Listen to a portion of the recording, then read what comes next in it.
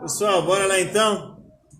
Semana 4, PET 4, de Filosofia do segundo ano do ensino médio.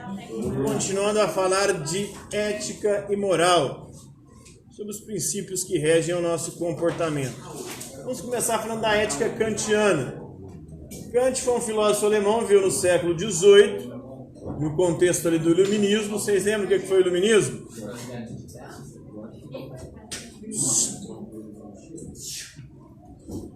O iluminismo foi um movimento cultural do século XVIII que acreditava que a luz da razão deveria nos guiar e nos iluminar rumo à liberdade e ao progresso. Somente a razão e a ciência poderiam resolver os problemas da humanidade.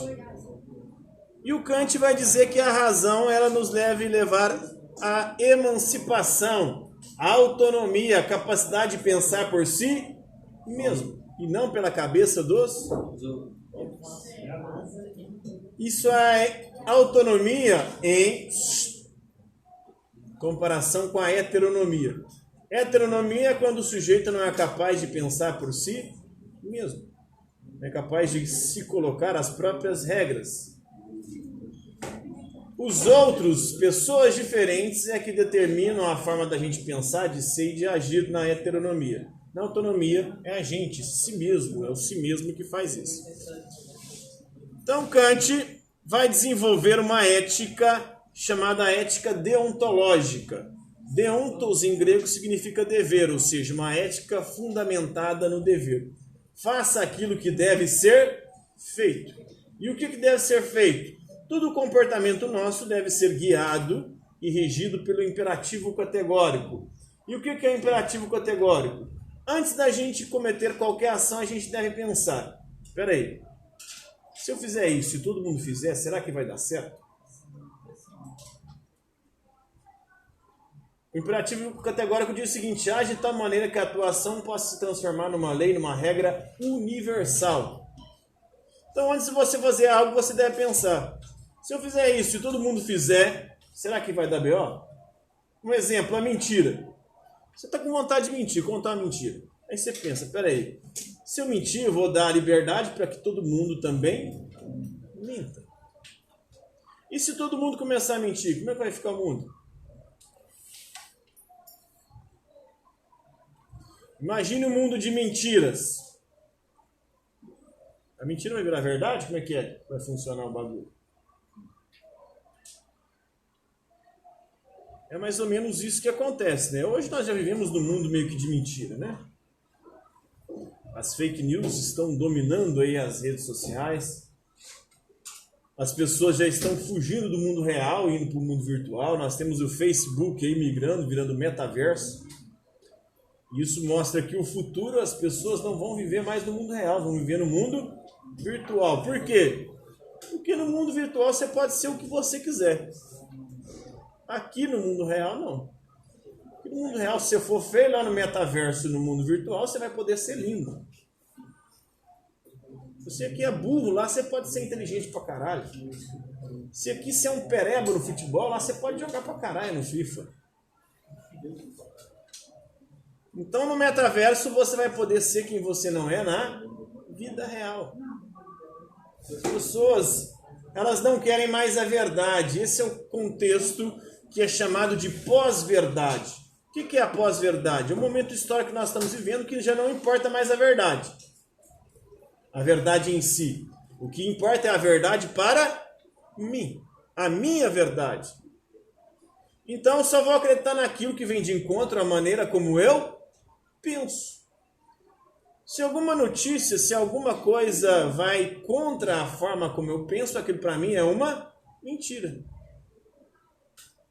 E aí propagam-se, difundem-se as fake news, as mentiras, as notícias falsas. E por que as pessoas consomem fake news? Porque as fake news dizem aquilo que elas querem ouvir. As pessoas não se importam mais com a verdade em si, elas querem a verdade que satisfaça o ego delas, ou as crenças prévias delas. Essa é a realidade, infelizmente, na qual nós estamos vivendo. E a ética kantiana, essa ética do dever, fundamentada no imperativo categórico, ela vai mandar ou vai dizer para a gente refletir. Pois aqui não pode sair. Então, o imperativo categórico vai fazer a gente refletir. Sempre antes de agir, pense. Eu vou fazer isso, mas se todo mundo fizer isso, será que vai dar certo? A mentira. Outro exemplo. Outro exemplo é o exemplo. Eu estou a fim de roubar alguma coisa. Se todo mundo começar a roubar, como é que vai ficar o mundo? Vai ficar igual Brasília? Porque lá, pelo menos no Congresso ali, acho que só tem ladrão lá, ou não? Tem alguém que salva lá. Eu estou a fim de matar alguém. E se todo mundo começar a se matar, como é que vai ficar o mundo? Não vai sobrar ninguém. Já dizia o Mahatma Gandhi, né? Olho por olho, dente por dente, o mundo vai ficar cego e banguelo. E se todo mundo começar a matar todo mundo, não vai sobrar pessoa alguma. Então o imperativo categórico ele tem 3 versões, segundo Kant. A primeira é: age como se a máxima da tua ação devesse ser erguida por tua vontade numa lei universal da natureza. As leis da natureza elas são universais e necessárias. Todos os seres cumprem, não há alternativa. A lei, a regra moral, deveria ser igual a uma lei da natureza. Você consegue fugir da lei da natureza? A lei da gravidade, por exemplo. Se você pular ali no pátio, você vai conseguir sair voando? Não. Pular daqui de cima, lá embaixo? Você vai conseguir fugir da lei da gravidade? Não duvida? Então vai lá e pula para nós ver. Vamos fazer o teste. Vamos. Fica de cabeça lá embaixo. Vai ser nossa sacrifício. O ciclo da vida, por exemplo. Todos nós nascemos, crescemos. Nós, seres humanos, não reproduzimos nem sempre, né? Estamos caminhando também para uma reprodução cada vez maior. Hoje, a taxa de natalidade no mundo é uma das menores da história da humanidade. E mesmo assim, a população está gigantesca, né? Somos 7 bilhões hoje no planeta. Mas com uma taxa de natalidade baixa. Por que isso aumenta, mesmo com uma taxa de natalidade sendo a menor da história da humanidade? Porque aumentou a expectativa de vida. As pessoas estão vivendo mais. Antigamente nascia muito, mas morria muito. A chance de um bebê sobreviver aos primeiros meses de vida eram reduzidíssimas. A mortalidade infantil era altíssima. Muita gente não chegava nem na adolescência. Morria tudo muito cedo. 40 anos já era velho. Então já estava com o pé na cova. Estou com 39. Essa é a lei da natureza, né? E a regra moral deveria ser como a lei da natureza, algo que não tem como você fugir.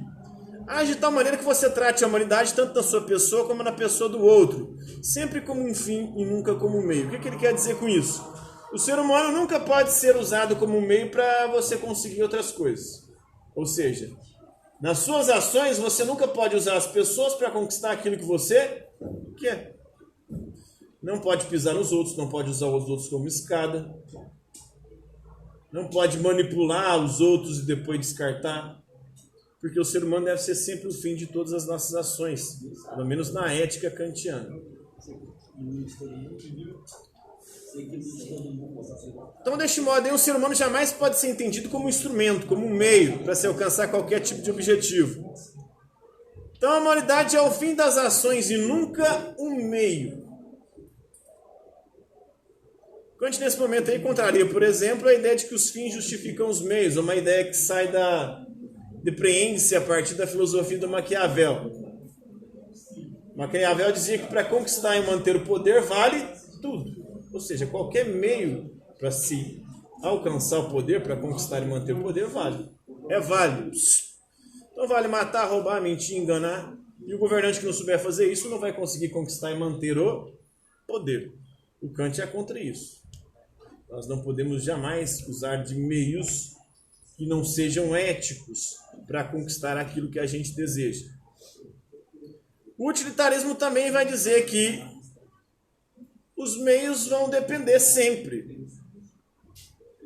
E os meios podem justificar os fins para o utilitarismo, porque o útil para eles é aquilo que provoca o maior bem para o maior número de pessoas, a maior felicidade para o maior número de pessoas e o menor sofrimento para o maior número de pessoas.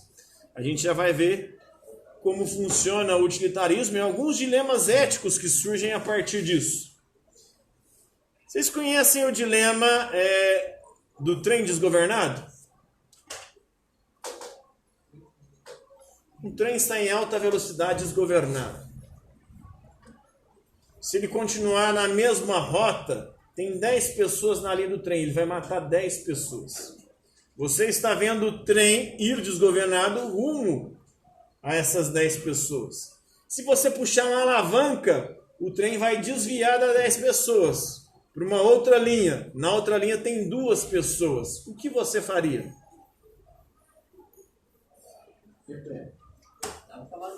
Matava os 12 de uma vez. Matava os 12? 10. 10 ou uma? 2. 2. Você puxaria a alavanca para matar só 2 ou deixaria ele falar? Eu não quero me envolver nisso, não. Porque se eu puxar, eu vou ser o assassino das 2. Se eu não fizer nada, eu não vou ser assassino de ninguém. Então, se ele fizer nada, você vai ser assassino? Tipo, se for não vai matar 10? Sim, mas você não é o motorista do trem. Você é alguém que está assistindo. Próximo à alavanca, se você puxar, ele vai desviar dos 10 e matar 2. Pelo menos você vai sair com uma pessoa que tem iniciativa de salvar a outra. Eu acho que depende das 10 pessoas. É o mal menor, né? É o utilitarismo, isso que é o Mas útil. é a coisa, se tiver as 10 pessoas lá, só as 10 pessoas que você mais odeia no mundo, eu mato as 10. Mas ele quer saber que é o burro, vai ver no trem vindo e não vai sair correndo. Eu acho que depende. Vai correr no trem chegar. Porque pode ter gente da família também. Então, são situações de um mesmo dilema.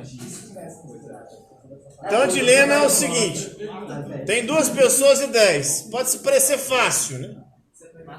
Eu puxo a alavanca para matar os 2 e matar o menor número de pessoas possível. Ou você pode escolher também não se envolver. Agora, se as 2 pessoas forem familiares seus pais e seus filhos, e as 10, você puxaria a alavanca? Não. Eu queria matar as 10. Do que matar os seus parentes? Dá um cavalinho de palmas das 12 depois você vê quem era. Mas se for, por exemplo, se eu não conheço, eu iria preferir salvar as 10 pessoas, né? Agora, uma outra situação, mas com o mesmo dilema. Mas não tem alavanca. Se tivesse uma em cada. O trem está desgovernado, vai matar 10 pessoas. Tem um gordinho na beira da linha. Se você empurrar o gordinho, o trem descarrilha e capota e não mata as 10. Mas você mata o gordinho. Não, aí eu não faço nada. Aí eu mato as 10, que eu vou morrer dentro do trem, que coisa? Não, aí eu Você não faço empurraria o nada. gordinho para salvar as 10? Não. Onde que fica o freio? Não, imagine que não tem. Não, imagine que falha os freios. E aí? Não tem freio. Ele tá desgovernado, ele não Está tem freio. desgovernado. Aí eu não faço nada, não. Aí, Você empurraria? Ou se você se lançaria na linha para o trem descarrilhar e não matar os 10? não, aí eu seria pra matar o que eu Que gordinho é esse? Ele é de ferro? Oi? Que gordinho é esse? Ele é de ferro pra descarregar o trem? Ah, mas ele tem massa, né? Tipo, vai escorregar. É uma hipótese, né? Nossa, esse ele é de ferro. Não, mas aí eu não faria isso. Eu tô Até eu quebrar o mouse e jogo o carro pra cima. Mas ele é de o que eu quero. Você vai matar. né? Vai derreter, vai gerar massa no chão. Você pularia na linha para poder salvar os 10 e descarrilhar o trem? Como é que eu vou empurrar 10 de uma vez e sair da pessoa? É só gritar o carro. Se for 10 pessoas desconhecidas, e se for 10 pessoas familiares, tivesse 2 familiares lá, você se joga. Se tivesse os meus 2 filhos, eu me jogava. Agora o Eu resto... quero saber Se quem é tivesse pessoa 10 lá. pessoas carro. desconhecidas, O carro aí, você cara. se joga. O carro. Eu quero saber quem é pessoa lá no trem.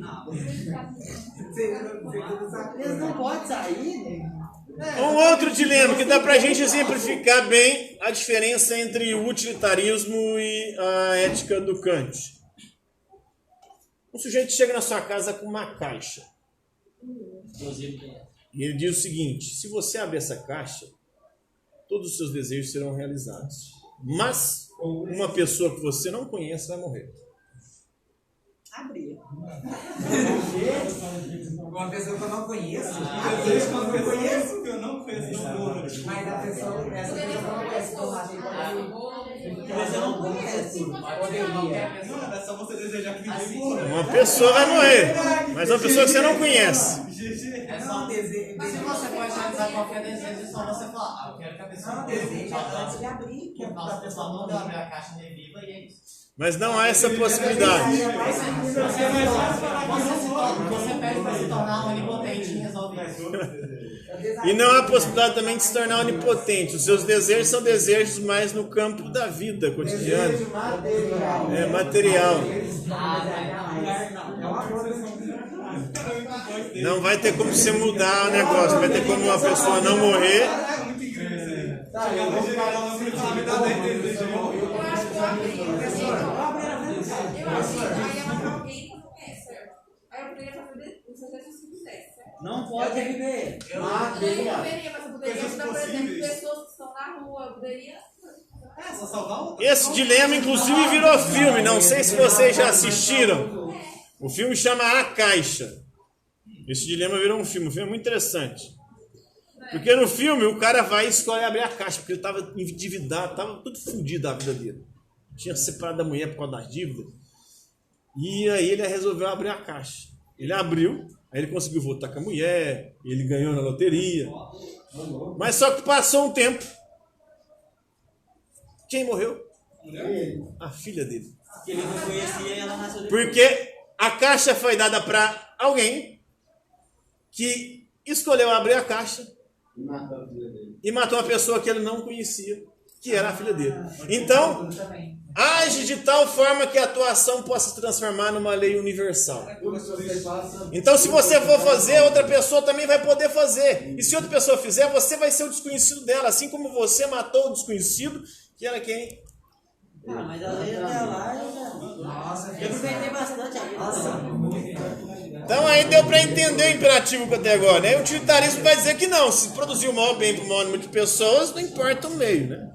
Você pode matar. Só esses 40 que vão. Aí o Bolsonaro, né? O Bolsonaro disse o seguinte, né? Para salvar, na época ele deu essa entrevista, acho que na década de 90, tinha uns 150 milhões de brasileiros. Então, se matar uns 30 mil, resolve o problema do país. Aí salva 150 milhões. Essa é a lógica meio que utilitária, né? A ditadura militar foi utilitária. Ah, vale torturar uma galera aqui para poder salvar o país do comunismo.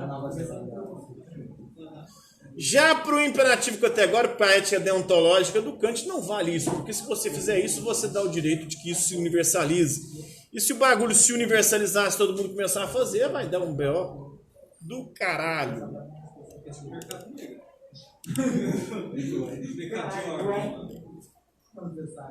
Outros dilemas morais aqui, ó. O utilitarismo então diz o seguinte: na ética utilitária, nós devemos buscar aquilo que é útil. O que é útil? Aquilo que produz o maior bem para o maior número de pessoas. Então, devemos buscar tratar todos de forma igual, sem discriminação, e buscar o que for melhor para o maior número de pessoas. Outros dilemas éticos aqui. O trem eu já falei, descontrolado, né? Da caixa. E o trem está travando.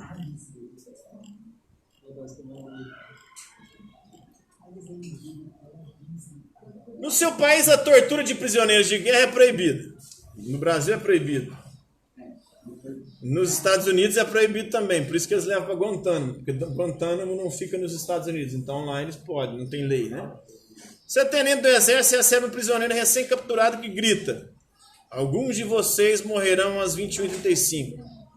Suspeita-se que ele sabe de um ataque terrorista a uma boate. Suspeita-se, não tem certeza. Para saber mais e salvar civis, você torturaria? Falou, o que é E se ele fosse um maluco? Se não soubesse de nada, é só suspeita, você não sabe. Não, é assim, eu tentava... E sob tortura, qualquer pessoa confessa qualquer coisa. Eu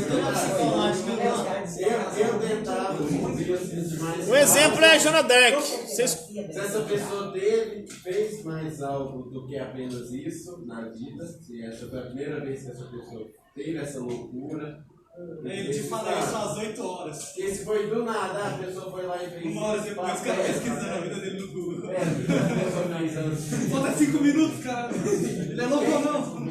Quem que era essa pessoa antes de fazer isso? Tem que estudar isso tudo antes de fazer. E se você não tiver tempo para fazer isso? FBI. E você tem que pensar também que sob tortura qualquer um confessa qualquer coisa. Na Idade Média tinha a Inquisição, o Tribunal da Inquisição, que torturava as pessoas para arrancar a confissão de bruxaria. Todo mundo confessava, velho. Ué, eu nunca nem sei o que é bruxaria. Me prendeu, começou a me torturar, eu sou bruxo. Para, pelo amor de Deus, me coloca fogo, porque torturar é muito pior, torturar vai de pouquinho em pouquinho. Mata uma vez, mete fogo, velho. Vai lá, faz um cortinho, passa um limãozinho, depois vai lá. Pois é, a tortura é. Você confessa, você entrega até meu pai e minha mãe, entrega até gente que eu não conheço. Fala, não, também fez. Aquele filho de uma puta lá que eu nem sei quem que é, nunca vi na minha vida. Tá entregando, Deus e todo mundo. Por isso que é sempre complicada a questão da tortura, velho. Tortura é tensa por conta disso. Porque a pessoa pode confessar algo que ela não sabe. Ela pode mentir, pode tentar se livrar. Mas só que isso aconteceu, vocês sabiam? Se fosse uma pessoa, como é que fala? É... Já de outros casos, não tão graves como esse, mas parecidos, que está na mesma... Como se fosse da pessoa se sentir feliz fazendo aquilo, se sentir livre. Mas se a pessoa tinha ficha limpa antigamente, de repente deu um sorte dela, Falou, vou matar. vou fazer uma tentada. Aí tem que ver os dados psicológicos da pessoa. E se ela for querer que o povo lá que vai vai matar alguém pra saber se... No 11 de setembro de 2001, no 11 de setembro de 2001, aconteceu nos Estados Unidos. Um sujeito foi preso, ele estava com algumas armas pesadas e algumas bombas. E aí ele foi preso, a polícia foi e pediu autorização, porque judicialmente, se você está dentro do território norte-americano, você tem que pedir autorização. Ele estava com um notebook, pediu autorização para revistar o notebook dele e a casa dele. A justiça não concedeu a autorização por conta seria invasão de privacidade. E alguns dias depois aconteceram os atentados. Depois que aconteceram os atentados, a justiça liberou. Foi lá no computador do cara e foram até a casa do cara e descobriram todo o plano arquitetado. Ele era um dos vários terroristas que participariam. Como ele foi preso, ele acabou não participando. Mas ele tinha tudo arquitetado, todas as conversas, todos os envolvidos, toda a galera. Mas e se não fosse? Fosse só um maluco. Eu tinha um amigo, ele suicidou. Ele ficou doido. Ele estava fazendo bomba e a polícia foi atrás dele. Ele estava ensinando o povo no YouTube a fazer bomba. Ele surtou. Ele estava ensinando o YouTube a polícia. Mas ele surtou completamente. Eu lembro a primeira vez que ele surtou. Nós éramos moleques e ele começou a experimentar drogas. Ele começou a experimentar algumas drogas. Começou com maconha, mas depois foi para as drogas mais pesadas. Ele foi e tomou chá de cogumelo. Ele nunca mais voltou ao normal. Eu lembro direitinho, Copa de 1998. Final, Brasil e França. Todo mundo assistindo o jogo. E ele discutindo com a bicicleta dele. Na esquina da minha casa. Ele brigando assim numa discussão, velho. Eu falei, puta que pariu. Ele foi no supermercado, catou uma lata de Neston. Você sabe o que é Neston? Catou uma lata de Neston e Ficou tentando abrir a lata de Neston e não conseguiu. Ele saiu correndo no supermercado e jogou essa lata na rodovia. Ela abriu. Ele foi, acho que abriu porque um caminhão passou em cima dela. Depois ele foi num negocinho lá, a casa de material de construção, ele pediu pra ver um spray de pinchar. O cara entregou o spray pra ele e saiu correndo, ele ficou louco. A mãe dele foi internou, ele levou ele pra psiquiatria da UF. Chegou lá, ele fugiu da psiquiatria da UF. Na hora que ele fugiu saindo correndo, ele viu um carro da polícia, pegou uma pedra, filho, e jogou no para-brisa do carro da polícia. Aí ele foi internado, ele ficou uns 6 meses a 1 ano lá. Ele voltou mais ou menos normal, porque estava tomando uns remédios muito pesados. Acho que era por causa dos remédios que ele ficava normal. Novamente. Mas aí ele nunca mais voltou a ser a mesma pessoa, velho. Eu lembro, pouco antes dele suicidar, ele foi até a minha casa, onde ele contou a história que a polícia foi atrás dele.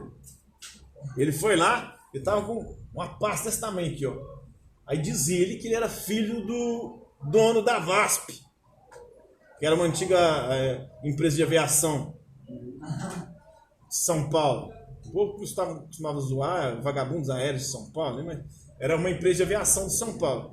Então, como ele era filho do dono da VASP, ele tinha direito à herança lá do negócio. Eu falei, velho do céu, isso tá muito louco. Aí ele falou que tinha pessoas seguindo ele por conta disso, porque ele estava lutando na justiça para tentar pegar a parte dele na herança, porque ele era filho do cara lá. E aí ele me contou, né, velho? E a polícia foi bater lá em casa, mano. Eu falei, mas por que a polícia foi bater na sua casa? Ele falou, eu tava ensinando a fazer bomba no YouTube. Terrorista, coisa de terrorista. E depois, pouco tempo depois, ele se suicidou. Surtou, não aguentou. Ficou muito louco.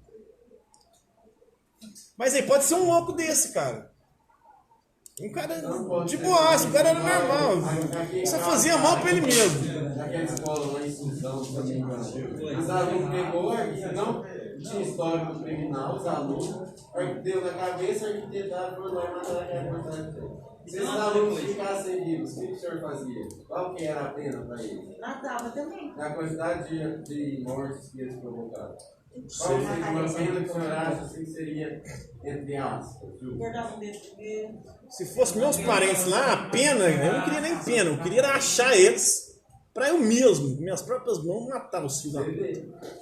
Mas eu ia matar devagar. Eu não ia matar. No caso, Eu ia deixar solto. Arrancava um olho.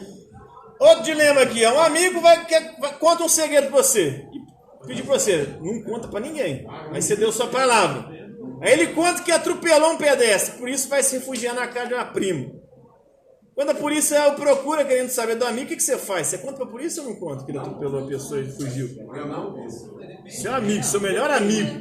Depende. Você prometeu pra ele que não ia contar. Depende se a polícia souber. É assim. Depende se a polícia souber da minha Não, entra. Se a pessoa quer atropelar uma pessoa que você odeia, que você queria ver morta. Entra as entrelinhas. Essa pessoa que ele atropelou, uma pessoa que eu gostava, uma pessoa que eu não gostava. Mas esse eu matava ele. Eu era um Zé Meu amigo Ninguém. fala, né, que ele conta o segredo, ela não conta pra ninguém. Aí ele fala, por exemplo, isso foi uma criança. Aí não, é foda. Mas aí eu... Ele matou alguém, matou sem querer. Nem deixa de sair. Rapaz, isso aqui é interessante, ó, porque fizeram essa pesquisa aqui no Brasil. Fizeram no mundo inteiro. Os russos se entregavam. Nos Estados Unidos eles falaram que não entregariam, não. Daria dicas furadas pra polícia. E no Brasil, o tanto brasileiro é filho da puta, velho. Já os brasileiros inventariam histórias malucas pra dizer que não eram amigos. Falaram, não, mas o cara que se estudou, o cara que pulou na frente do carro. O brasileiro é um filho da égua, né, velho? Não foi atropelamento, foi suicídio. Aí vai virar as câmeras, tá lá, o cara... O cara Não, ele se pulou, ele foi tentar buscar. Você é funcionário da FUNAI. Isso aqui é um pouco mais complexo. Porque o funcionário da FUNAI você não pode intervir na cultura indígena. E os índios têm algumas práticas culturais que, para nós, seriam crimes. Por exemplo, crianças nascer gêmeos para ele é considerado maldição, então tem que matar. Aí você salvaria as crianças para não deixar eles matar? O que você faria? Salvaria. Você impediria ou não impediria eles matarem? A minha é uma ação contra o olho. Tomar no cuidado, ele toma flechada lá. Não. O dilema de Sofia.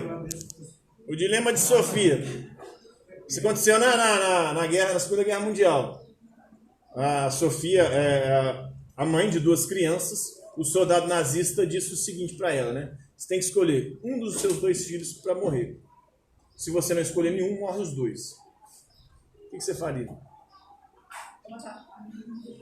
Não, você não tem como matar ele. Deixar pro Maria morrer. Você escolheria qual filho? Deixar os 2 morrer. Só fica isso aí. O mais velho, mais novo? Entra na questão das pessoas de hoje em dia quererem salvar mais o animal do que o ser humano. Esse também é um dilema aí, né? Hoje em dia. Oi? Mas e se fosse contrário?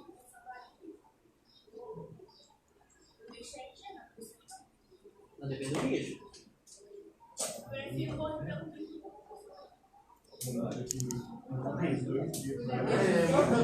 Dependendo do dia que Depende. Então são dilemas morais aí, né? Eu prefiro 1000 vezes salvar o cachorro do que até um parente. Dependendo do parente também. Minha mãe não pode. Tá vendo? Tá vendo? Lembrei aqui. Se fosse seu bebezinho lá aqui. Agora é cachorro. Aquela que o Insta tá rodando, né? Tem o dilema do professor também. Todo dia, quando ele estava indo para aula, ele via um cachorro se afogando. Ele ia lá para salvar o cachorro, ele chegava atrasado na aula. Eu estava quase sendo demitido por causa disso. E aí? Você continuaria salvando o cachorro todo dia até ser demitido? Esse cachorro. Oi? O cachorro. Todo dia que ele ia dar aula, o cachorro estava se afogando. Como é que o cachorro? Pois é. Eu acho que o cachorro estava nadando, o cara que estava viajando. Então, depois ele acaba. Tem vários dilemas, cara. É dilema pra caralho. Faz uma cerca em volta dessa água e o cachorro fica na mata. Você não vai no perto do serviço. Aprende a limpar. Do medicamento, do roubo de medicamento. Você tem um parente seu pai, sua mãe, filho, ele está doente, vai morrer, precisa de um medicamento, você não tem dinheiro para comprar esse medicamento. Na farmácia da esquina da sua casa tem um medicamento para vender.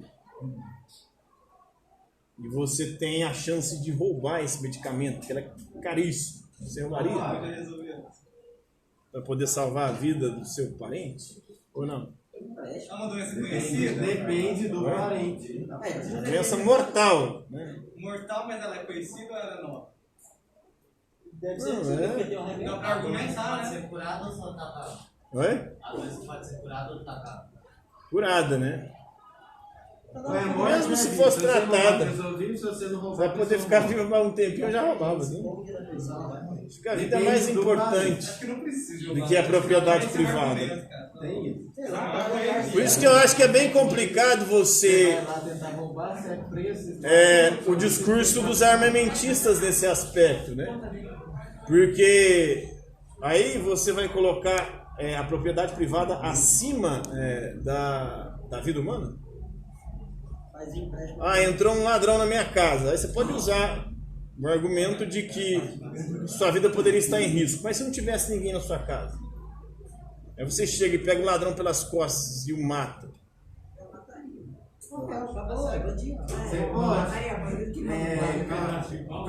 Então, a propriedade privada ela vale mais do que a vida humana. Legítima defesa. Não, mas não era legítima defesa. Pelas costas nunca é legítima defesa. Mas a pessoa já teve a intenção de entrar. Se a pessoa teve a intenção de entrar, ela vai Ninguém nunca estava lá dentro do seu. Às vezes. Até a polícia se matar pelas costas tem que responder judicialmente. entra como legítima defesa. A pessoa invadiu sua casa. Porque se for execução, pelas costas é considerado execução. Mas está dentro da sua propriedade privada. A pessoa tem... Sim, mas estou te falando, o que é mais importante, a propriedade privada ou a vida humana? Se a pessoa estava armada e entrou dentro da sua casa, ou ela tinha a intenção de te roubar, ou ferir você ou alguém próximo que estava lá dentro. Você Sim, essa mataria pode ou ser a não? sua Ele não foi justificativa. convidado pra estar lá. porque O tá caboclo não fazendo. tinha nada, nenhuma arma. Verdade. Tinha um canivete, olha lá. Você desarma ele, eu tenho que mobilizar. Dá uma palavra. Depois fica deixando você falar que Ou você vai esperar essa pessoa dar um tiro, ou porque é sua filha que tá lá. Você espera a pessoa dar um tiro na sua filha pra você atirar nela? E às vezes você acha que nem é ladrão e nem ladrão não é. E você mata o caboclo. Ah, mas quando eu morrer, não vai morrer também. Ah, lá dentro, o que que tá fazendo lá? Ele com certeza deu um lá pra ter batido no portão. Primeiramente, se eu não tava sabendo dele, eu não. Pode falar? Pode? Na Bíblia teve um homem chamado Jefté, que ele fez um voto para Deus, que se ele ganhasse na guerra, a primeira pessoa que ele chegasse em casa e abrisse a porta, ele ia matar. E a primeira pessoa que entrou foi a filha dele. Meteu bala? A Bíblia é cheia desses dilemas também, né? Fez a promessa? Ele fez a promessa. O Abraão recebeu de Deus a ordem de matar o próprio filho, né? O dilema ali. Mato ou não mato? É a ordem de Deus. Ele foi para matar